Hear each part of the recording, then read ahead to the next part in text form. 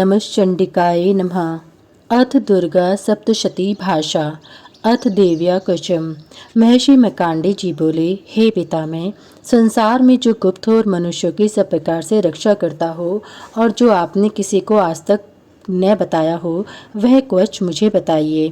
श्री ब्रह्मा जी कहने लगे, अत्यंत गुप्त, पवित्र व संपूर्ण प्राणियों की भलाई करने वाला कवच मुझसे सुनो। प्रथम शैलपुत्री, दूसरी ब्रह्मचारिणी, तीसरी चंद्रघंटा, चौथी कुष्मांडा, पांचवी स्कंदमाता, छठी कात्यायनी, सातवीं कालरात्रि, आठवीं महागौरी, नवीं सिद्धिदात्री। यह देवी की 9 मूर्तियां और यह नवदुर्गा कहलाती हैं। आग में जलता हुआ, रण में शत्रुओं से घिरा हुआ, विषम संकट में फंसा हुआ मनुष्य यदि दुर्गा के नाम का स्मरण करे तो उसको कभी भी हानि नहीं होती। रण में उसके लिए कुछ भी आपत्ति नहीं और न उसे किसी प्रकार का दुख या डर ही होता है। हे देवी, जिसने श्रद्धा पूर्वक तुम्हारा स्मरण किया है उसकी वृद्धि होती है और जो तुम्हारा चिंतन करते हैं उनकी तुम निसंदेह रक्षा करने वाली हो। चामुंडा प्रेत पर, बाराही भैंसे पर, रौद्री हाथी पर, वैष्णवी गरुण पर अपना आसन जमाती हैं। माहेश्वरी बैल पर, कौमारी मोर पर और हाथ में कमल लिए हुए विष्णु प्रिया लक्ष्मी जी कमल के आसन पर विराजती हैं। बैल पर बैठी हुई ईश्वरी देवी ने श्वेत रूप धारण कर रखा है और सब प्रकार के आभूषणों से विभूषित ब्राह्मणी देवी हंस पर बैठती है। और इस प्रकार यह सब देवियां सब प्रकार के योगों से युक्त और अनेक प्रकार के रत्न धारण किए हुए हैं। बोलो जयकारा माँ शेरा वाली का। बोलो सांचे दरबार की जय। प्रेम से बोलो जय माता की। भक्तों की रक्षा के लिए संपूर्ण देवियां रथ में बैठी तथा क्रोध में भरी हुई दिखाई देती हैं तथा पाश, चक्र, गदा, शक्ति, हल और मूसल, खेटक और तोमर, पशु तथा पाश, भाला और त्रिशूल एवं उत्तम शारंग आदि शस्त्रों को दैत्यों के नाश के लिए और भक्तों की रक्षा करने के लिए और देवताओं के कल्याण के लिए धारण किए हैं। हे महारौद्रे, अत्यंत घोर पराक्रम, महाबल और महान उत्साह वाली देवी, तुमको मैं नमस्कार करता हूँ। हे देवी, तुम्हारा दर्शन दुर्लभ है तथा आप अपने शत्रुओं को भय को बढ़ाने वाली हैं। हे जगदम्बिके, मेरी रक्षा करो। पूर्व दिशा में इंद्री मेरी रक्षा करे, अग्निकोण में अग्निशक्ति, दक्षिण में वाराही देवी, नित्य कोण में खड़ग धारिणी मेरी रक्षा करे।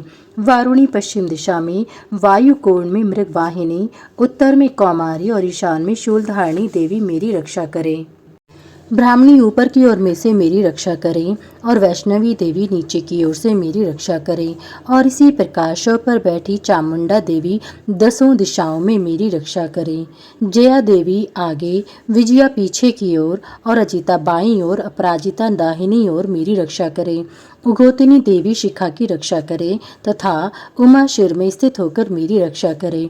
इसी प्रकार मस्तक में मालाधारी देवी रक्षा करे और यशस्विनी देवी मेरी बाहों का संरक्षण करे।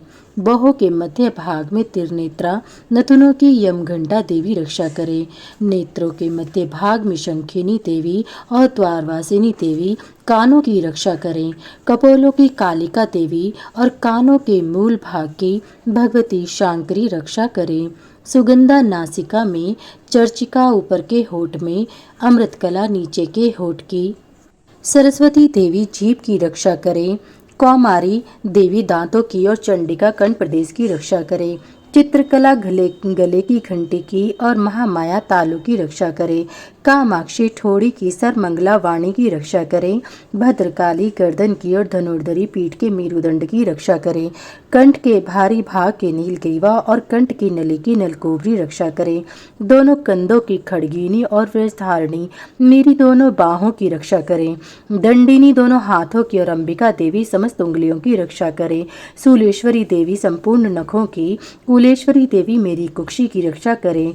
महादेवी दोनों स्तनों की, शोक विनाशिनी मन की रक्षा करें। ललिता देवी हृदय की, शूलधारिणी उदर की रक्षा करें। कामिका देवी नाभि की, गुहेश्वरी गुहे स्थान की, पूतनिका और कामिका लिंग की और महिष्वाहिनी गुदा की रक्षा करें। संपूर्ण इच्छाओं को पूर्ण करने वाली महाबला देवी दोनों जंघाओं की रक्षा करे। विंध्यवासिनी देवी घुटनों की और तेजसी देवी दोनों पांवों के पृष्ठभाग की, श्रीधरी पैरों की उंगलियों की, स्थलवासिनी तलवों की, दष्टा करालिनी देवी नखों की, ऊर्ध्वकेशिनी केशों की, बागेश्वरी वाणी की रक्षा करे। रोमा वालियों के छित्रों की कावेरी और त्वचा की बागेश्वरी देवी रक्षा करे।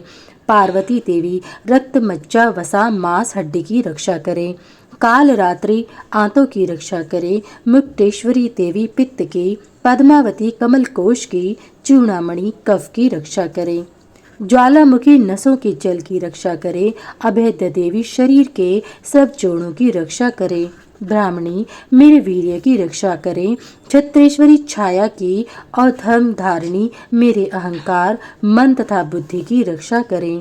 प्राण अपान वायु समान उदान और व्यान की वशस्ता देवी रक्षा करें। कल्याण शोभना मेरे प्राण की रक्षा करें। रस रूप गंध शब्द और स्पर्श इन विषयों का अनुभव करते समय योगिनी देवी मेरी रक्षा करें तथा मेरे सत्वगुण रजोगुण तमोगुण की रक्षा नारायणी देवी करें। आयु की रक्षा बाराही देवी करें। वैष्णवी धर्म की तथा चक्रिणी देवी मेरी यश कीर्ति लक्ष्मी धन विद्या की रक्षा करें। इंद्राणी मेरे शरीर की रक्षा करें और हे चंडिके आप मेरे पशुओं की रक्षा करिए। महालक्ष्मी मेरे पुत्रों की रक्षा करे और भैरवी मेरी पत्नी की रक्षा करें। मेरे पति की सुपथा तथा मार्ग के क्षमाकारी देवी रक्षा करें। राजा के दरबार में महालक्ष्मी तथा सब ओर व्याप्त रहने वाली विजया देवी चारों ओर से मेरी रक्षा करे। जो स्थान क्वच से रहित हो और क्वच में रह गया हो उसकी पापों का नाश करने वाली जयंती देवी रक्षा करें। अपना शुभ चाहने वाले मनुष्य को बिना कवच के एक पग भी कहीं नहीं जाना चाहिए, क्योंकि कवच रखने वाला मनुष्य जहाँ जहाँ भी जाता है वहाँ वहाँ उसे धन लाभ होता है तथा विजय प्राप्त करता है। वह जिस अविष्ट वस्तु की इच्छा करता है वह उसको इस कवच के प्रभाव से अवश्य मिलती है और वह इसी संसार में महाऐश्वर्य को प्राप्त होता है। कवचधारी मनुष्य निर्भय होता है और वह तीनों लोकों में माननीय होता है। देवी का यह कवच देवताओं के लिए भी कठिन है। जो नित्य प्रति नियम पूर्वक तीनों संध्याओं को श्रद्धा के साथ इसका पठन पाठन करता है उसे देव शक्ति प्राप्त होती है। वह तीनों लोकों को जीत सकता है तथा अकाल मृत्यु से रहित होकर 100 वर्षों तक जीवित रहता है। उसकी लूता चर्म रोग विस्फोटक आदि समस्त व्याधियां समूल नष्ट हो जाती हैं और स्थावर जंगम तथा कृत्रिम विष दूर होकर उनका कोई असर नहीं होता है तथा समस्त विचारक प्रयोग और इस तरह के जितने यंत्र मंत्र तंत्र इत्यादि होते हैं वह क्वच के हृदय में धारण कर लेने पर नष्ट हो जाते हैं। इसके अतिरिक्त पृथ्वी पर विचरने वाले भूचर नवचर जलचर प्राणी उपदेश मात्र से सिद्ध होने वाले निम्न कोटि के देवता जन्म के साथ प्रकट होने वाले देवता कुल देवता कंठमाला आदि डाकिनी शाकी अंतरिक्ष में विचरने वाली अत्यंत बलवती भयानक डाकनियां ग्रह भूत पिशाच यक्ष गंधर्व राक्षस ब्रह्म राक्षस वेताल कूष्मांड और भैरव आदि अनिष्ट कारक देवता भी उस मनुष्य को जिसने कि अपने हृदय में कवच धारण किया हुआ है देखते ही भाग जाते हैं।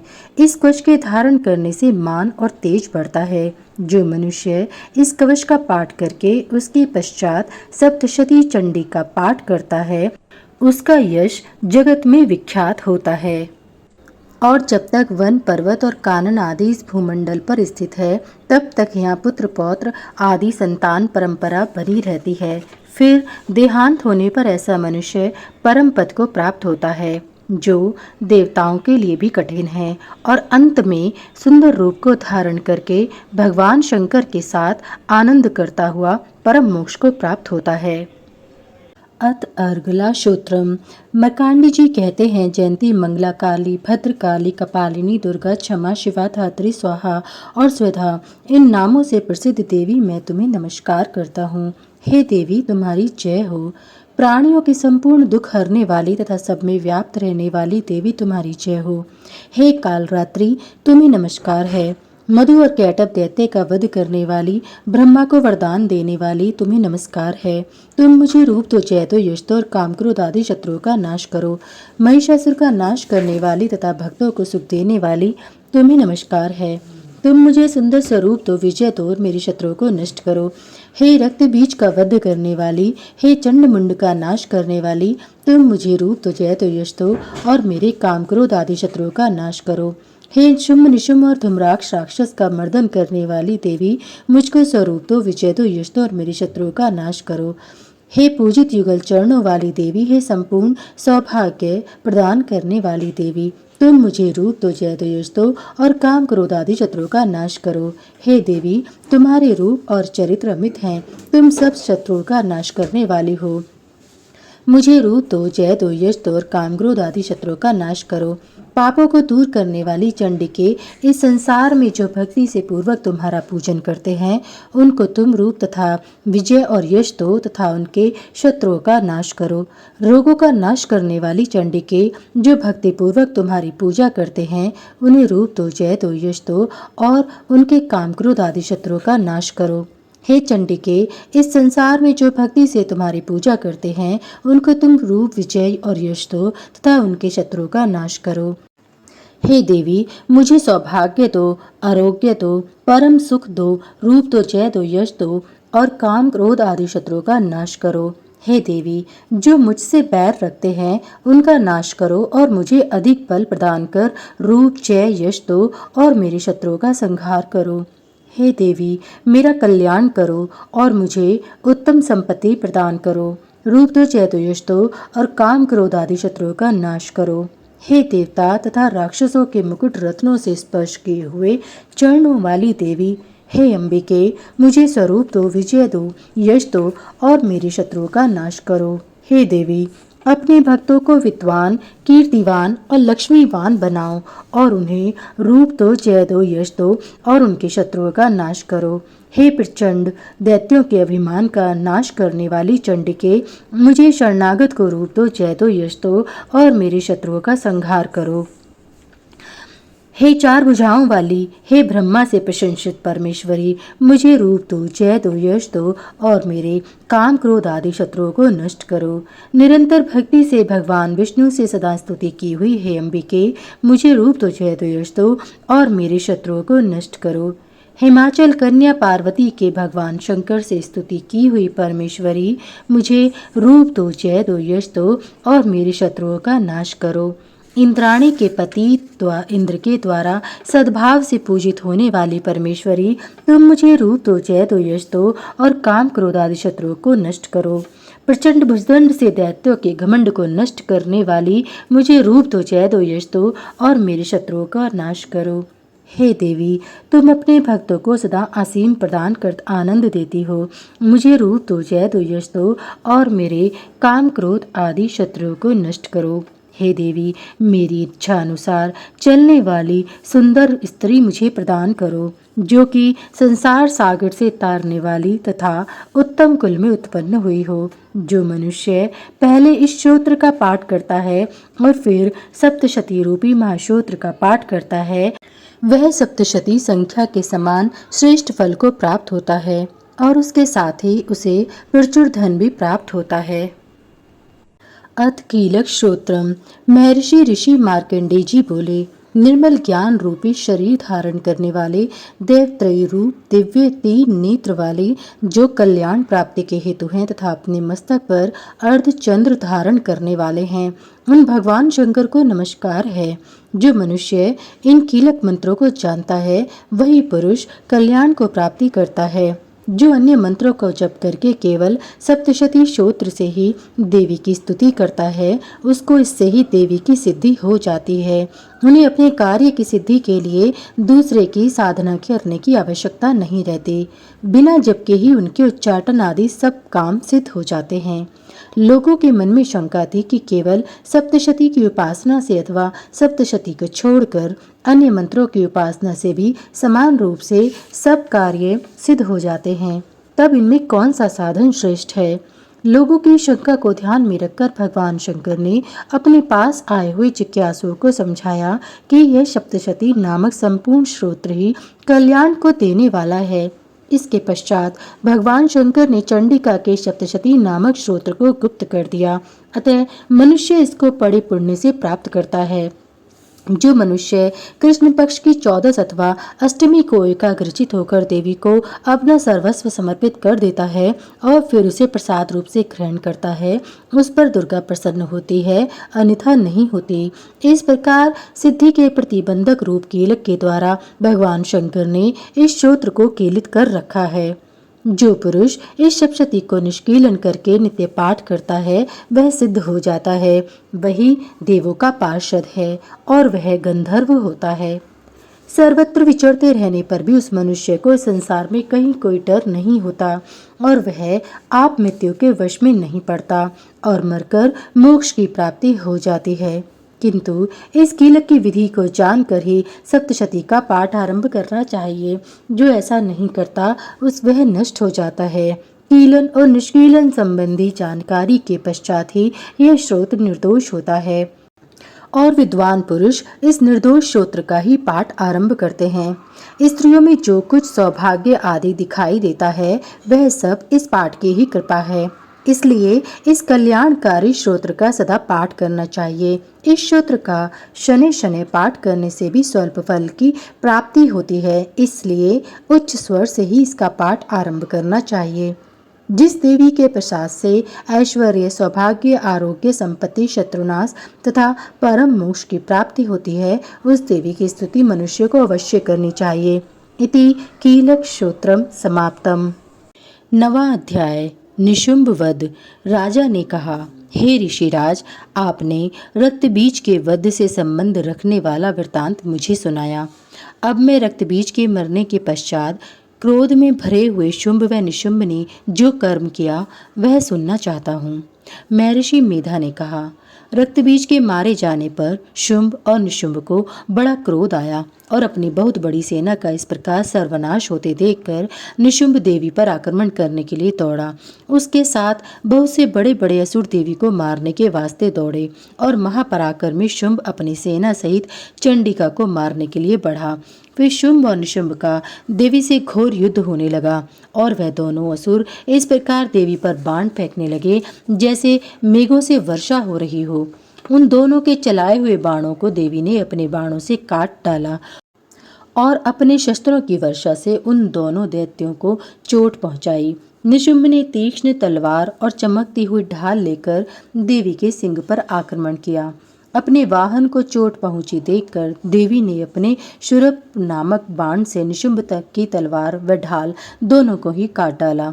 तलवार और ढाल कट जाने पर निशुंभ ने देवी पर शक्ति से प्रहार किया। देवी ने अपने चक्र से उसके 2 टुकड़े कर दिए। फिर क्या था, दैत्य मारे क्रोध के जल भुन गया और उसने देवी को मारने के लिए उसकी ओर शूल फेंका, किंतु देवी ने अपने मुक्के से उसको चूर चूर कर डाला। फिर उसने देवी पर गदा से प्रहार किया। देवी ने त्रिशूल से गदा को भस्म कर डाला। इसके पश्चात वह फरसा हाथ में लेकर देवी की ओर लपका। देवी ने अपने तीक्ष्ण बाणों से उसे धरती पर सुला दिया। अपने पराक्रमी भाई निशुंभ के इस प्रकार से मरने पर शुंभ क्रोध में भरकर देवी को मारने के लिए दौड़ा। वह रथ में बैठा हुआ उत्तम आयुधों से सुशोभित अपनी 8 बड़ी बड़ी भुजाओं के सारे आकाश को ढके हुए था। शुंभ को आते हुए देखकर देवी ने अपना शंख बजाया और धनुष की टंकोर का भी अत्यंत दुस्सह शब्द किया। साथ ही अपने घंटे के शब्द से, जो कि संपूर्ण दैत्य सेना के तेज को नष्ट करने वाला था, संपूर्ण दिशाओं को व्याप्त कर दिया। इसके पश्चात देवी के सिंह ने भी अपनी दहाड़ से, जिसे सुन बड़े बड़े बलवानों का मद चूर हो जाता था, आकाश, पृथ्वी और 10 दिशाओं को पूरित कर दिया। फिर आकाश में उछलकर काली ने अपने दांतों तथा हाथों को पृथ्वी पर पटका।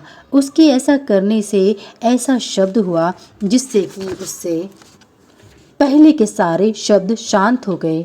इसके पश्चात शिवदूती ने असुरों के लिए भय उत्पन्न करने वाला टाहस किया, जिसे सुनकर सब दैत्य थर्रा उठे और शुंभ को बड़ा क्रोध आया। फिर अंबिका ने उसे, अरे दुष्ट, खड़ा रह कहा तो आकाश से सभी देवता जय हो बोल उठे। शुंभ ने वहां आकर ज्वालाओं से युक्त एक अत्यंत भयंकर शक्ति छोड़ी, जिसे आते देखकर देवी ने अपनी महोल्का नामक शक्ति से काट डाला।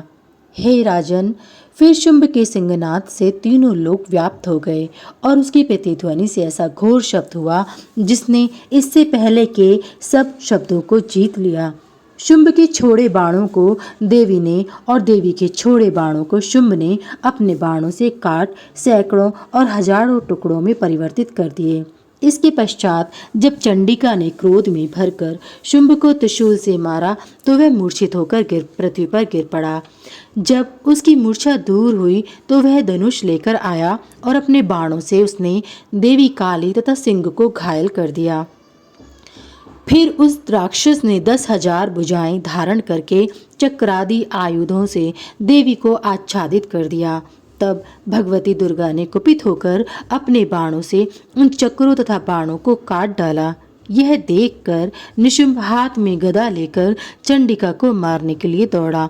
उसके आते ही देवी ने तीक्ष्ण धार वाले खड़ग से उसकी गदा को काट डाला। उसने फिर त्रिशूल हाथ में ले लिया। देवताओं को दुखी करने वाले निशुंभ को त्रिशूल हाथ में लिए हुए आता देखकर चंडिका ने अपने शूल से उसकी छाती पर प्रहार किया और उसकी छाती को चीर डाला। शूल विदीर्ण हो जाने पर उसकी छाती में से एक उस जैसा ही महापराक्रमी दैत्य ठहर जा कहता हुआ निकला। उसको देखकर देवी ने बड़ी जोर से ठहाका लगाया। अभी वह निकलने भी न पाया था कि उसका सिर अपनी तलवार से काट डाला। सिर के कटने के साथ ही वह पृथ्वी पर गिर पड़ा। तदंतर सिंह दहाड़ दहाड़ कर असुरों का भक्षण करने लगा और काली शिवदूती भी राक्षसों का रक्त पीने लगी।